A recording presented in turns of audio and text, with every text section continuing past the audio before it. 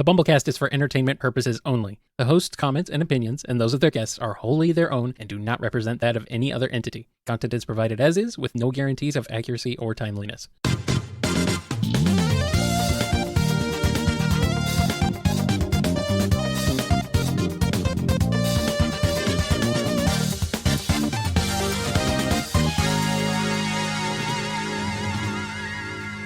Meanwhile, at the halls of justice, it's the BumbleKast. Wow, that's different. Hello, Ian. Hello, Kyle. Trying a little something different this year. Little bit different. Tiny bit different. We'll see how it does. Yeah. See if I remember. See if I can keep it up. People are going to be very confused and scared and lost. Good. That's how the year is for everybody right now. So on brand. Okay, yeah, that's true.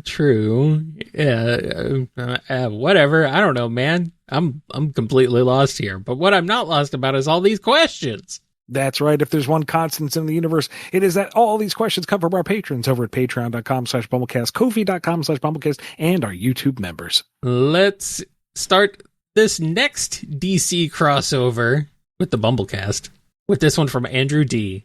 I've always loved the team trio concept from Sonic. If you can make your own to represent various other media, games, shows, etc., what would they be? For example, Team Triforce, Link, Zelda, and Ganondorf. That's a good one. Yeah. I will propose... That one's kind of baked in. It's not always Ganon or Ganondorf. Sometimes there's some other dark entity, but yeah. It's the best trio. I'm going to go out there with Kermit, Fozzie, and Gonzo from The Muppet Show. Okay, which one of them is Flight? Well, I would argue that possibly Gonzo's the flightiest of them. Okay. He's the one to most likely shove himself in a cannon for the sake of art. Well, that's a good point. Yeah. Trying to think of other trios that are good. There's a lot of them, and yet none of them are coming to mind. This is a deep cut, but one of my favorite trios growing up. Do you remember GoBots way back in the day? No, that was before my time. Okay. It tried to challenge the throne of Transformers and failed utterly. Right. But there's a lot more to it. There's a lot more to it, but the principal villain trio was fantastic. The leader was hammy, but in an actually threatening way sometimes. Mm-hmm. He seemed relatively cunning, and while he was an extremist and, all about himself, he did seem to legitimately care about the other two. He'll throw them under the bus, no GoBot pun intended, but even if he's going to sacrifice them for his cause, he will feel a little bad about it, which I think is neat. The femme fatale of the group was just freaking insane, like unapologetically destructively evil, and just cool. That was so different. You don't even see that a lot these days. Right. It's like, we need to have nuance. We need to have a reason. No, she's just crazy. She wants to see the world burn. It's delightful. Yep. And then the third one was your monosybolic, powerhouse, just kind of looming in the background. And when something needed to be hurt, he hurt them. And I don't know. It was a really good dynamic between the three of them, and I liked it a lot, and it sticks with me to this day. Mm-hmm. Saying an unapologetic femme fatale reminds me of Azula and Mai and Ty Lee from Avatar: The Last Airbender. Yeah, they were fun. They were fun together. Yeah, that's a good trio right there. Also, the Warner siblings, a very good trio. Well, they are kind of the trio, aren't they? Yes, it's true. They are. I mean, there's the Powerpuff Girls. They're good. Yeah. Pinky, the Brain, and Elmira. No. Oh, no. Absolutely not. I will knife fight you on that one. No. Yeah. Yep. Lots of good ones out there. Alrighty. Here's one from Ann Tales. Foreign of Fortune's Lap and Jet Black of the Bebop compete in an epic cook-off to see who can prepare the most scrumptious serving of sautéed bell peppers and beef, sans the beef. Who wins? Very good question. Thought you might enjoy this one. Okay, this is not my bias speaking. Uh-huh. But I'm inclined to say foreign just because Jet has been shown to smoke while cooking, and there's no way some of those ashes aren't getting into the bell peppers. And I don't care what you say, it's not seasoning. Well, I guess there's that. Neither crew appreciates all their hard work, so they just go to the other room and play Go. Good for them. It's a thinking man's game. And they are very thinky men. True. All right, Allison S. has a video for us. The animatic really helps it, too. Yes, it does. It's a funny story, but the animatic is fantastic. Yes, yes. So, how would the crew of the Fortune's Lap do as Sears employees? Well, Lissy's too young to work, even by Galaxon standards, so she gets to just run around the store, I guess. Mm-hmm. She's going to make sure all the display beds are nice and comfy. She's going to make sure all the hinges on everything that has a hinge works. She's going to have a grand old time. Good. Wind is basically going to take the Jasper approach. And threaten You're going to buy this thing. Customers, yeah. It's just, if they give up on it, they like, no, I don't want that. She'll be like, yeah, whatever. Get out. No, I'm looking for this particular amount. I said, get out. I thought you'd buy this when you're not going to buy it. Get out. Foreign is going to try his absolute best to actually be a salesman. He's going to try to get you the warranty. He's going to explain the features of each individual device or whatever it is you're looking for and why it is in particular working for you. He will go to the absolute limit to make sure that you are satisfied with the exact product you need, and he's going to get through exactly one customer a day because of this. Jobone, okay. If you slip him a couple extra bucks, he'll go, yeah, I know, I'll deliver it later on. Wait, no, I mean, why am I being fired? Good. He should scrape a little off the top. He deserves it. Here's one from KB. A Drogoon disaster. Lissy has started to find the numbers 6 and 7 hilarious and won't stop saying them. How does the rest of the crew respond to all this? Foreign is beside himself because he wants to understand the joke. Why is this funny? What does this mean? Please explain to him. Stop laughing and just tell him what it means. Wind, you're saying it too. What does it mean? And she doesn't know, but she's not going to tell him that. She's just going to keep saying it too because she likes to watch his hair fall out. Jobin's just nodding along on, yeah, 6, 7, I get it. Foreign finally says, what does it mean? And Jobin just shrugs, I have no idea, but it's easy to just go with it. It just means 6, 7. That's all it means.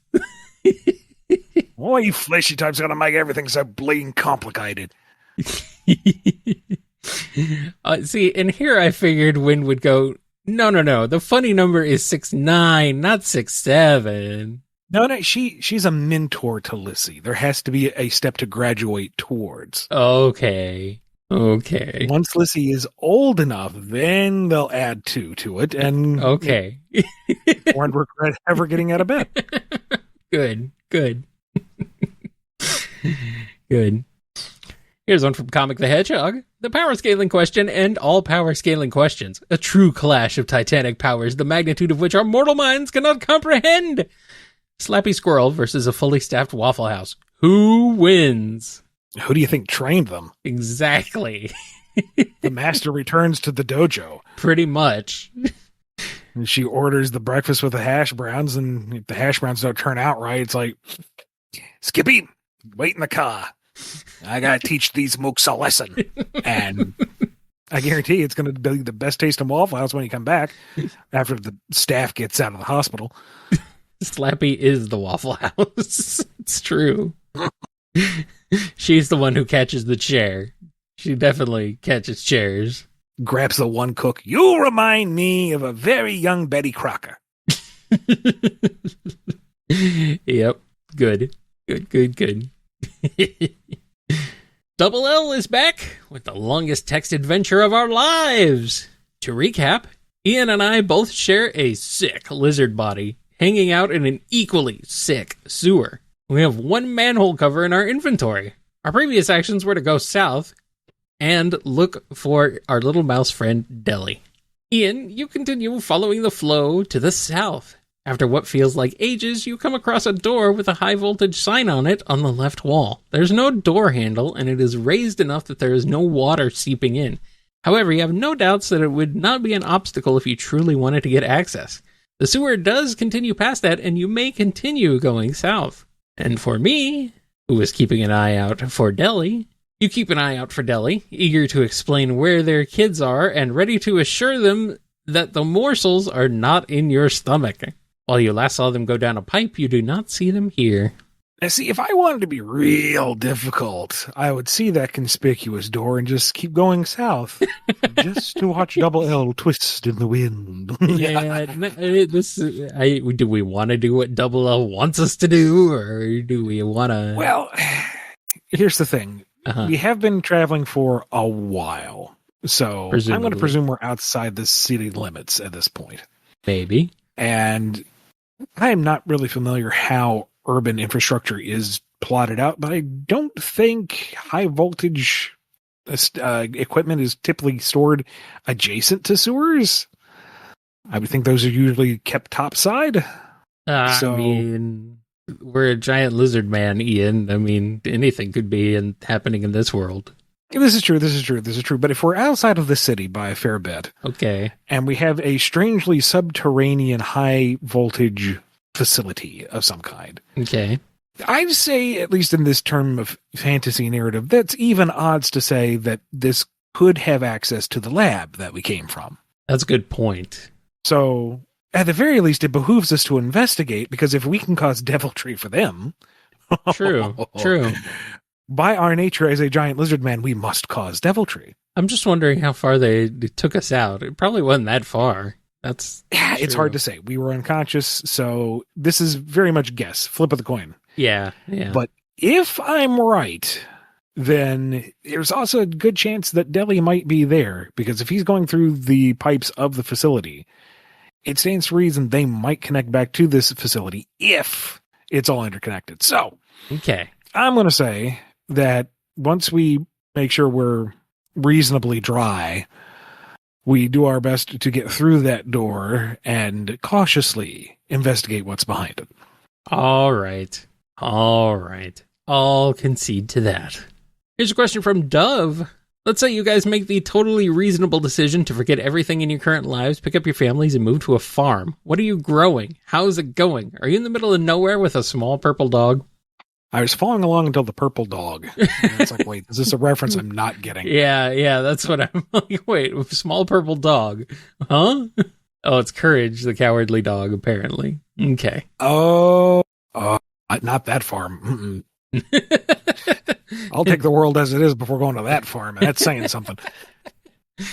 I'll be the farm upstate. I don't mind.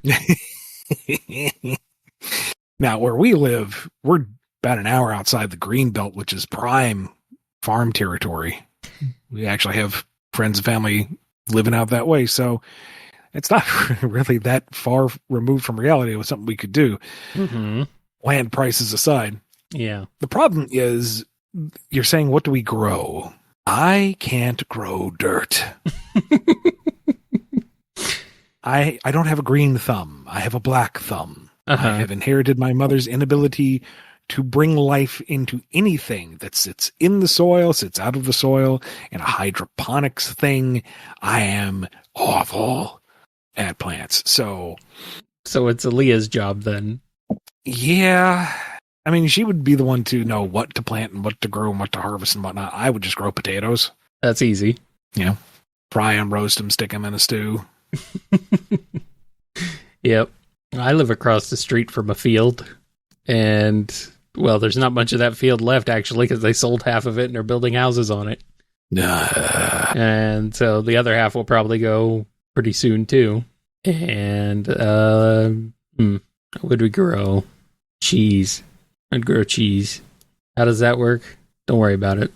Best of luck to you, sir. You let me know how that turns out. Hero Squad has a question. Have you dropped the baby penguin once in Super Mario 64? Dropped? I threw that little... Only once? Off you go. I'm so sick of you noise making.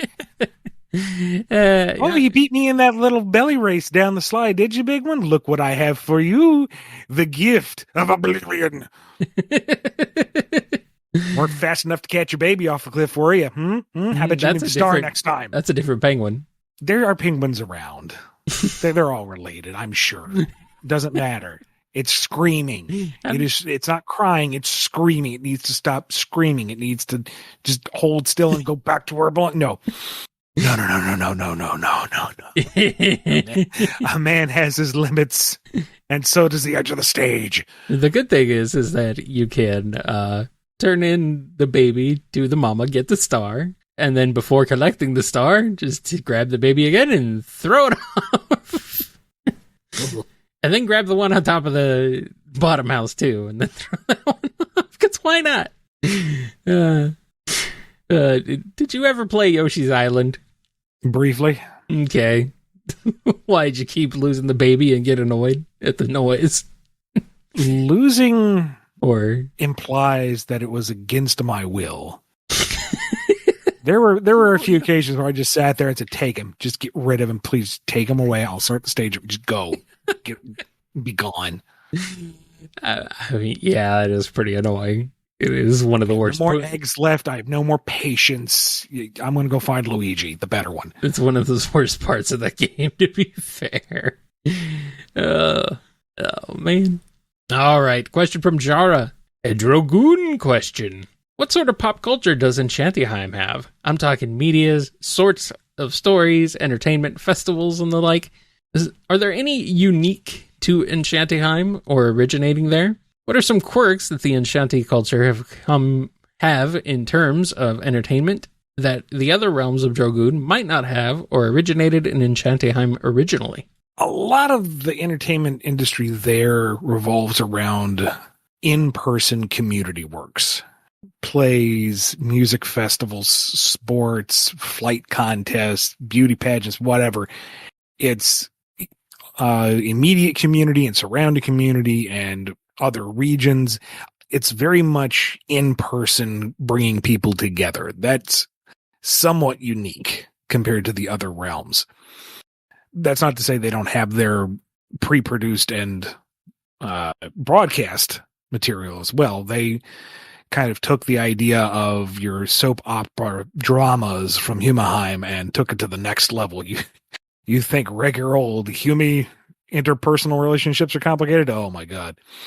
The Enchanti have casts of hundreds and you're expected to keep up. And they do, because it's just part of their culture.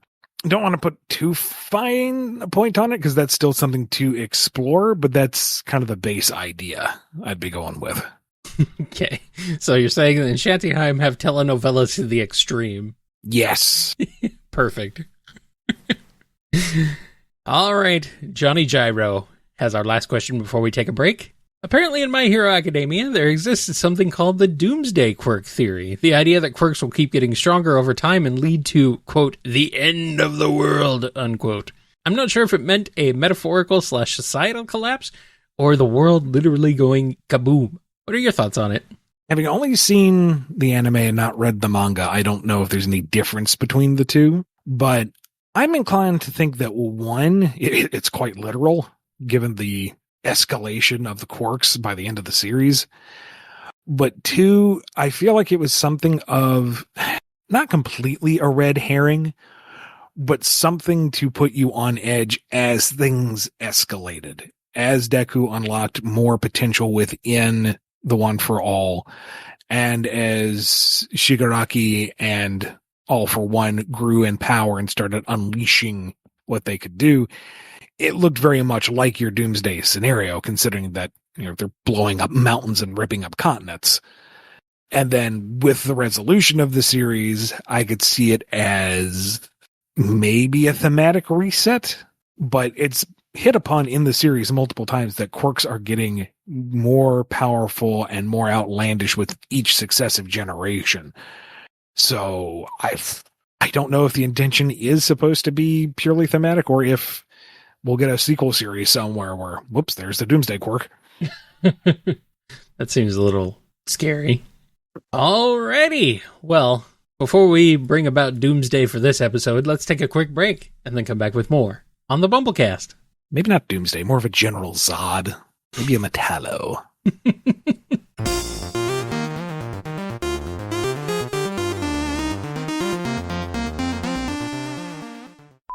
We're the bee and the berry. I'm the bee. Straws. No, I'm the bee. Oh, my bad. We can get that right. No, we can get that. Okay. We're the bee and the berry. I'm the bee. And I'm Strawberry. And The Bee and the Berry is an irregularly scheduled podcast where we talk all things Sonic, writing fan fiction, and fan creation. We snoop around at fan events, review the latest and hottest Sonic content, and host interviews with our fellow Sonic fan creators. You know, just girly things. And hey, if you want, you can totally send us any discussion topics or questions you'd like us to talk about, and we might answer them. Or we might not. But hey, you never know. You can find us on Twitter, Blue Sky, Tumblr, and YouTube at The Bee the Berry. Okay, we're running out of time here. Gotta grow fast. Ciao! We are back, and we have a question from Many Hats. How did you develop original stories like Dragoon? What have you absorbed that you'd say made you a better storyteller? The ideas I have in my head feel like they're just media I've seen, but with OCs inserted, and I want to think bigger, i.e. not be sued for plagiarism. Here's the thing. Every story has been told. Every permutation, every plot twist. And something that I have been hung up on a lot is worrying about, oh no, what if I get called out for aping something else? And really, if you look at it, you can draw parallels between nigh upon anything. I mean, Star Wars itself is a ripoff of European sci-fi comics. We've hit on this bell a few times, but 50 Shades of Grey started off as Twilight fanfic. Yeah. It's not as simple as take your favorite thing and file off the serial numbers, because you need to put some thought into it. But you also don't need to overthink it too much. Look at okay, so in your scenario here, I feel like it's media I've seen, both OCs inserted. All right, that's the starting point. That's a fine foundation to build from, with the knowledge that you're working with something else first. Boil it down. Look at what the absolute base properties of that media resonate with you. What is it that you enjoy about it? How does it make you feel? Why do those characters resonate with you? Why do you like seeing them succeed or fail or meet conflict? And put it in a new scenario. Do another spin on it. Just for a writing exercise. I'm not saying do this for realsies. I'm just saying do this for your own benefit, just to stretch the mental muscles. The Hunger Games, but with a cast from Charlie Brown. Oh, no. And I don't mean a parody of it. I mean, what if those kids were put in that scenario? How would their characters fulfill the roles? How would they react in those circumstances? Like, your knee-jerk reaction would be, oh, Lucy is the Katniss analog. But Lucy wouldn't sacrifice herself. She would not put herself up as tribute for Linus. She'd regret him being dragged away, but she wouldn't step up. If anyone, Charlie Brown would be the one to step up for Sally. Took me a second. Yeah. And that changes the whole dynamic right there. And the minute you take that one piece and take it away and say, okay, well, how does it work from there? Now you're thinking about the structure. Now you're thinking about the characters and how they interact with the plot. Where is the plot going? How is the plot changed as the characters interact and move through? How much do you steer and how much do you let the characters drive? And I'm not saying, drop everything and make your new magnum opus. It's the Hunger Games, Charlie Brown. I'm just saying. It sounds amazing, to be honest with you. I'm saying, have you written this? I hope you've written this. Or did you just come up with this? I just came up with this. Okay. Just take that element and flip it. Ninja Turtles, Okay, we all know the story of the Ninja Turtles. Just flip the script. It's Orokusaki that finds the turtles and raises them. How does that change things? Yeah. Or, it's, everyone jokes about how Bowser isn't really kidnapping Peach. They're actually, friends going out and it's just an excuse. Yeah. And Mario's the bully. Take that seriously. What is that dynamic? What are the characters thinking? Why is Mario doing this? Is he delusional? Is he legitimately trying to help and he doesn't get the signals? Take the media that you enjoy, investigate why it works, and flip a couple of switches, take something out, break something in it, and piece it back together. And as you do that, you will learn what works for you mechanically. and you can apply it to your own stuff. Drogoon is a big melting pot of stuff I've enjoyed. It's a little bit of Star Wars. It's a little bit of Star Trek. It's a little bit of Skies of Arcadia. There's another very direct analog I could draw, but I don't feel like it's going to be understood, and I don't want to poison that well. Point is, what you consume will inform how you approach your storytelling. So embrace that.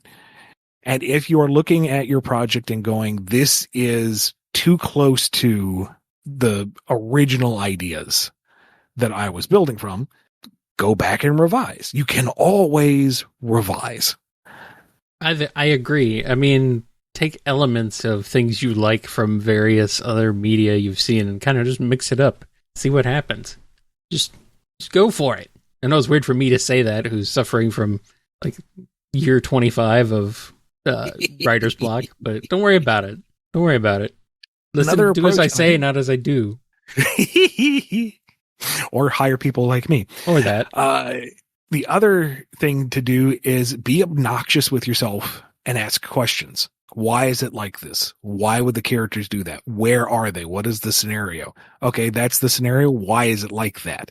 Keep asking yourself why and how, and dig deeper and deeper and deeper. And it may not even be relevant to the end product, but it gives you the context and understanding of that world. It helps inform you and your decisions. And all it does is serve to help you understand your world and your characters better. I agree. Let's move on to this question here from Moolah Man. He's trying desperately to remind us of something that happened that we forgot. BumbleKast episode, November 26th. Ian and Kyle. I don't remember this. BumbleKast episode, October 22nd. All hail the great King Ian. The king of the land has it all. Go Ian. This one time I ran from Gotham City. Kyle, silently dying while laughing. I have asthma. You really don't remember that? That question in the latter episode was about how I revised the ending for the question on the former episode. I am not doing a bit. I have no recollection of any of this. That's the thing about us. We are just, I mean, we get so many questions. It's kind of in one ear, out the other. I like die on certain episodes so many times that it's not even, I don't know. It's just a normal thing. I just die of laughter. I vaguely remember some conversation about me being a Gotham City rogue. Yeah. But I have no context for it. What was the original question? I'm pulling that up right now because I'm curious. Is the original question what he asked in there? What's in there? I mean, it's so handy that we have the Q&A master list over at BumbleKast.com. If you ever wondered if we asked a certain question, head over there and use Control F to search for particular keywords. We have it broken up by years and by half years. There are so many questions to go through. Okay. So the original question was, you became King Ian, worked hard to establish a powerful kingdom, and you have it made, basically. Mm-hmm. And I was given a notebook saying it's time for His Royal Highness to tell the tale of how he accomplished all this. Mm-hmm. So apparently you ran from Gotham City. Which I feel like was a callback to an earlier answer in that episode. It might be, yes. I accomplished a running joke. Oh, okay. You laugh. Yes, okay. Because the question before it was from Quishpin, and it was about Forrest Gump running all the way to Gotham City. That's gotcha. Right. That's right. Okay, well, now that we've pieced this puzzle together... I do have asthma. It's true. Point is, if you're entertained, Moolah Man, then we're happy. Okay. Professor Scruffy Matt is here with a question. The K-pop demon hunters end up in the land of Oz. How? Don't worry about it. They inevitably end up on the Wizard's Emerald doorstep and are tasked with assassinating Elphaba, the Wicked Witch of the West. What happened? I hope I said that right. I don't know, but that soundtrack's going to be fire. Did I say Elphaba right? Elphaba? I'm not 100% sure. Oz is like Jersey. Everyone ends up there eventually. But yeah, I don't know. It is the soundtrack's going to be fantastic, though. Yeah, pretty much. Oh, I can't say that. I mean, I could. But you can't run with it, Ian. Whatever. Soccer cut. Staring ahead on that one. Okie dokie. Don't be scared. It's just a reference to something that we can't really discuss. No. I'm not even gonna ask. Yeah. If you show discretion, I know I'm keeping my mouth shut. It's about a certain duck character we used to talk about a lot. Mm-hmm. All right, Soccer Cut is here. While not 100% sure, I think there's a high probability that you have seen or at least heard of the Tiny Toons episode, One Beer, where Buster, Plucky, and Hampton, get drunk. What if Animaniacs did a similar episode where Yakko, Wacko, and Dot get drunk? I don't know if it'd get past the censors. How did they get past how'd they get the Tiny Toon episode past the censors? Probably as a very special episode. Or was it or did they just say it was soda? Like Soda Popinski? No, I'm pretty sure it was beer because the whole thing was like very prohibitionist. Buster and Plucky were in the Revolutionary War, by the way, if you didn't know. They pulled the Tiny Toons episode after only one airing, but apparently they aired it. Yeah, they did. And it was beer. Okay. Wow. Yep. I never saw that one. Not that I remember. And, it was heavy-handed, to be gracious about it. So I would like to think that the Animaniacs would handle it with a lot more aplomb, way more humorous, like they did with the bun violence episode in the newer seasons. Right, yeah. Where they get the same message across that you need to be responsible with what you put in your body, regardless of what it is, but not be completely on the nose and vilify something to the point where it becomes self-parody. Mm-hmm. Like, as a kid, I was sitting here watching this, and I felt my intelligence being insulted. It's like, they shared a bottle. It doesn't matter if they're in, like, high school. Come on. Nobody's that much of a lightweight, and I'm talking. So... I don't know. I've never drank any more than a swallow, so I don't know. One beer, someone could be. I mean, I'm sure there's some people who get real screwed up off of one beer. Sure. But I just remember the Tiny Toons one was. I guess its heart was in the right place, but the execution was tone deaf.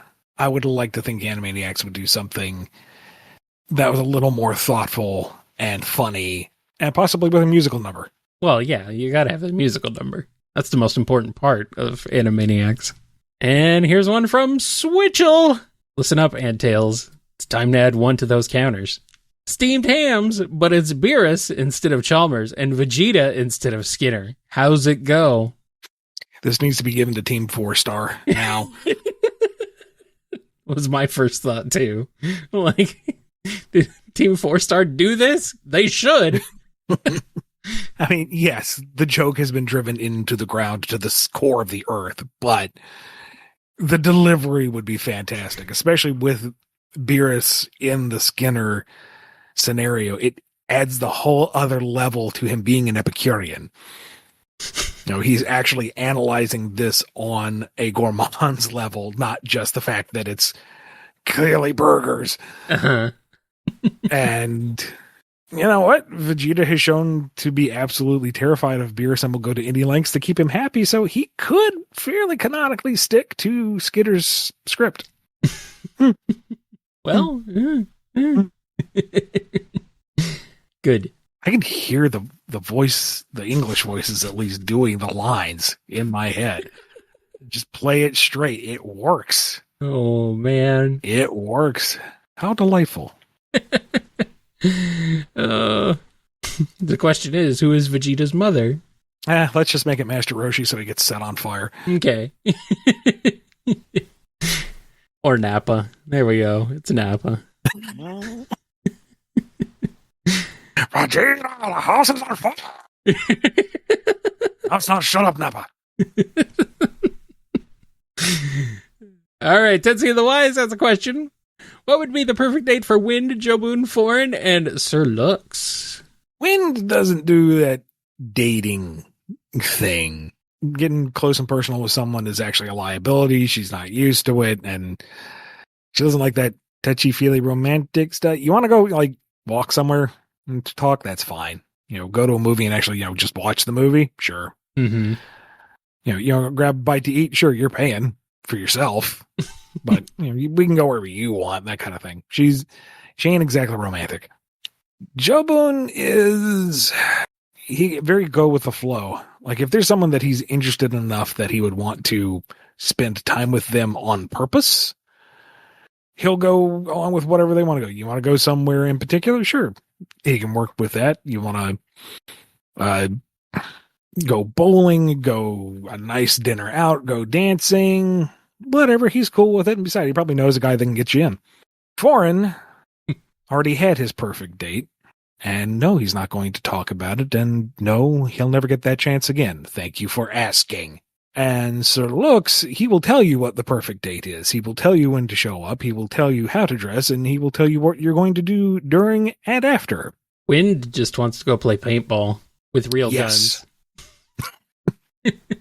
And as she gets the side eye, paintballs are real guns. They are firearms. They shoot things. Why are you looking at me funny? I'll switch out the thing, you spoil sport. You can't kill anyone with BBs. Come on, whatever. Yeah, he can. Well, then they're weak. What? Foreign? What are you doing? Don't take me away.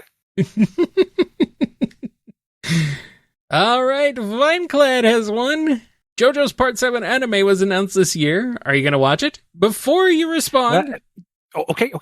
Let me tell you something. In this wacky race across the states, we are introduced to Scary Monsters, the coolest stand ever created. You may ask, what makes it so cool? Well, Scary Monsters has the power to turn any living beings into dinosaurs via viral infection. It can do it to people, horses, birds, rats, fleas, a paraplegic jockey, you name it. This stand can turn an entire village into Jurassic Park. The only known cure for this stand's dino disease is letting Christ dwell within. Yes, seriously. Otherwise, this stand is practically unstoppable. So, will you watch JoJo Part 7 for Scary Monsters? You drive a hard bargain. I don't know if I like the idea of becoming a dinosaur being demonized, though. I think that's the apex of what everyone should aspire to be. Yes. Becoming the dinosaur is the good thing, not the bad thing. Yes. I mean, I forget which particular section it is in which holy text. Don't quote me on this, but I'm pretty sure Ra or one of the Sumerian pantheon said, "Thou shalt become a dinosaur," and that's what I aspire to every day. That's my morning affirmation. I will be a dinosaur. They claim that everything eventually becomes crab, but nah, I think everything becomes dinosaur is more apt and should be how things go. The crabs we have today are just in the process of becoming dinosaurs. Right. Yes. And they linger because crabs are pretty hardcore. They are. Slight crabs. They are. I mean, they're literally pretty hardcore in some ways. They have a hard outer shell. And they're delicious. I'm saying dinosaurs could withstand BBs. So, Probably. Most of them. I guess the core of a crab is pretty soft now that I think about it. The hard part's on the outside. Yeah, but you got to get to it. You got to work for it. Yeah. They don't make it easy. You got to boil and add some butter. Yummy. God, now I want some crab legs. Kyle, what have you done to me? Well, good thing is we only have one question left. It's from Wildcard717. Happy New Year! You've accomplished quite a bit this year. What are you most proud of, and what advice would you give to others trying to accomplish a lofty goal in 2026? I know we beat this drum a lot, but I'm going to keep hammering away. I'm proud that we got Drogoon Fortune's Lap Volume 1 out. Yeah, that is a long time in coming. Accomplished. We got there. Also, I said this at the end of the year, but I'm proud of our listenership. The show had a really big shakeup last year, and there's been a lot going on to distract. But a large number of you stuck with us, and you're helping the show continue. And I am very proud that we were able to maintain your trust and commitment. And I really appreciate that you guys are here. Yeah, absolutely. I mean, that's basically what I accomplished in 2026 was keeping this thing afloat. Mm-hmm. You had your hands full last year. Yeah. And I think that's maybe the mantra to go in for this year is do what you can. Set goals for sure. Excel when you have the opportunity to do so. Don't rest on your laurels, but don't beat yourself up if things don't go according to plan, especially this year. I say it all the time, and it becomes more and more meaningful with each tick of the clock. Be good to yourselves and be good to each other. We'll get through this, he said with a big general wave in the air. We'll get through it as long as we look after each other. And maybe that sounds like problem. Maybe it sounds too simple. I get that. But I think it's fundamentally true. And part of that is looking after yourself. Make sure that you're eating as best you can. Make sure you're hydrated. Get that 30 minutes of walk in a day, even if it's at your cubicle, whatever it is that you need to do. If you need to take time off to rest, but also don't turn too inward because you lose the inertia. Look after yourselves, look after each other. Do the best you can and be content with getting through this year. And if you can do that and more power to you. And if it's just getting to the finish line at the 31st, you know what? That's still crossing the line. Yep, you're still here. All right. Well, you already did the outro, sorta, but I mean, yeah. We're going to do it again. You can't stop us. It's 11 years now. We're unstoppable. Yeah, we're somehow still here. We don't know when to quit. That's our thing. Well, that's all thanks to our patrons over at patreon.com/BumbleKast, Ko-fi.com/BumbleKast, and our YouTube members. Be good to yourselves, everybody. Be good to each other. Pretty please. And we will see you next time on the BumbleKast. Take care. See you next time. You've been listening to the BumbleKast, a co-production of Bumble King Comics and the KNGI Network. Original theme music composed by Ken Coda Snyder. Remixed intro by T-Lopes. Find out more information, along with podcast feeder links, MP3 downloads, and more at bumbleking.com and kngi.org.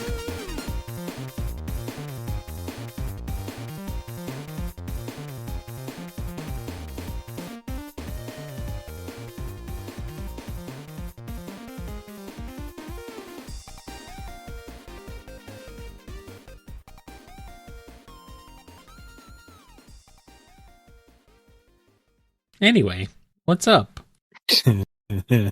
Uh-oh. Stuff you can't talk about?